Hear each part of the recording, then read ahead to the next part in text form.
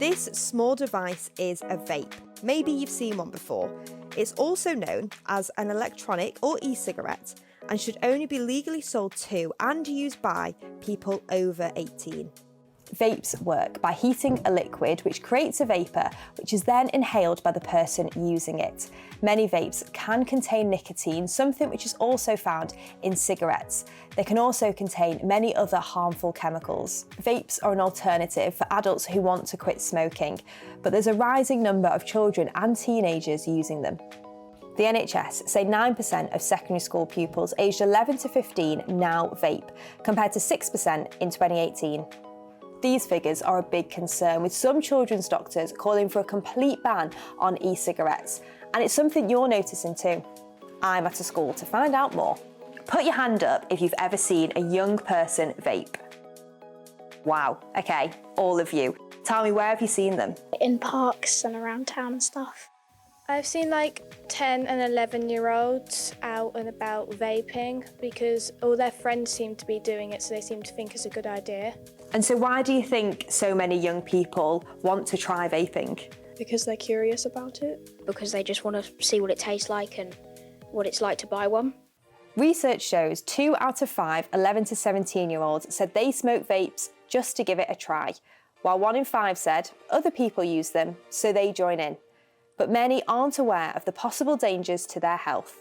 I'm here to meet Dr. Ian to find out more. Hello. Hey, Dr. Ian. So why are people really worried about young people and vaping? If you vape, it can be potentially damaging to the lungs and the airways of children. We always, as paediatric doctors who look after children, and as in my team, we're called the respiratory paediatricians. We look after children who've got breathing problems, and we're always thinking about the lungs of children and young people as being in a really important stage where they're developing. And when your lungs are developing in childhood up until the point where you become an adult, if there's anything that can damage the lungs, then it can mean that you go through the rest of your life with lung problems. So we want to avoid that. Many vape products are displayed in brightly coloured packaging, some even with cartoons on. They also come in a variety of flavours, and vape companies have been accused of deliberately targeting children with their marketing. I've got some pictures here of packagings of vapes, so just want you to have a look and let me know, what do you think about them? I think they're really colourful and they're like really sweet flavours, and so they stand out to young adults and teenagers. Lots of the flavours look like they are targeted towards children, as stuff like birthday cake and gummy bear. A lot of them are like have fruits and things on them, which kind of makes people think, oh, it's a fruit, it's not that bad, even though they might not know the real like side effects and things that it can have on you. The way vape products are packaged is something campaign groups want to see change quickly. Hazel is from the charity ASH. These disposable products, very brightly coloured, they come in lots of sort of exciting flavours, and those have become really, really popular over the last 2 years. In fact, nearly 70% of young people that are vaping, 11 to 17-year-olds that are vaping, are using one of these disposable products. And for us, that really points to where the government could take action. They could pass rules to make them less appealing, to take the colours away, to take some of the cartoons and the other kind of promotional elements of them away.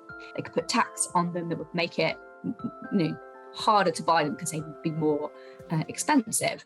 As well as calling for a change in the way vape products are marketed, many want to see bigger punishments for those selling the products to children illegally.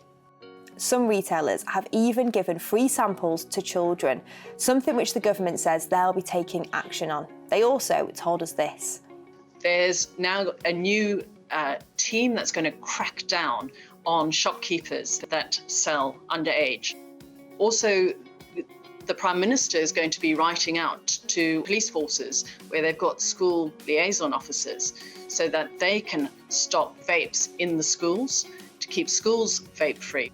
As well as what the government told me, they also said there'll be online resources available from July to teach young people about the dangers of vaping.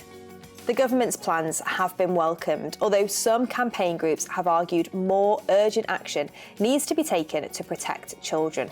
I think that they should definitely change the name, because if you get something like bubblegum or watermelon, kids our age are going to get like, they're going to think that it's going to be really nice and they're going to want to try it. With smoking, it has on the packaging, like, don't do it because these are the effects. So I feel like if vaping had it on the packaging, it would cause people not to want to do it. Any businesses and shops that sell vapes should maybe use the Think 25 rule. So you need to show ID if you look under 25. You could increase the price of vapes so that they're less likely to fall into the hands of children. I'd say to put them behind shutters, because then they'd be like, they wouldn't be seen, so people wouldn't be having the urge to buy them.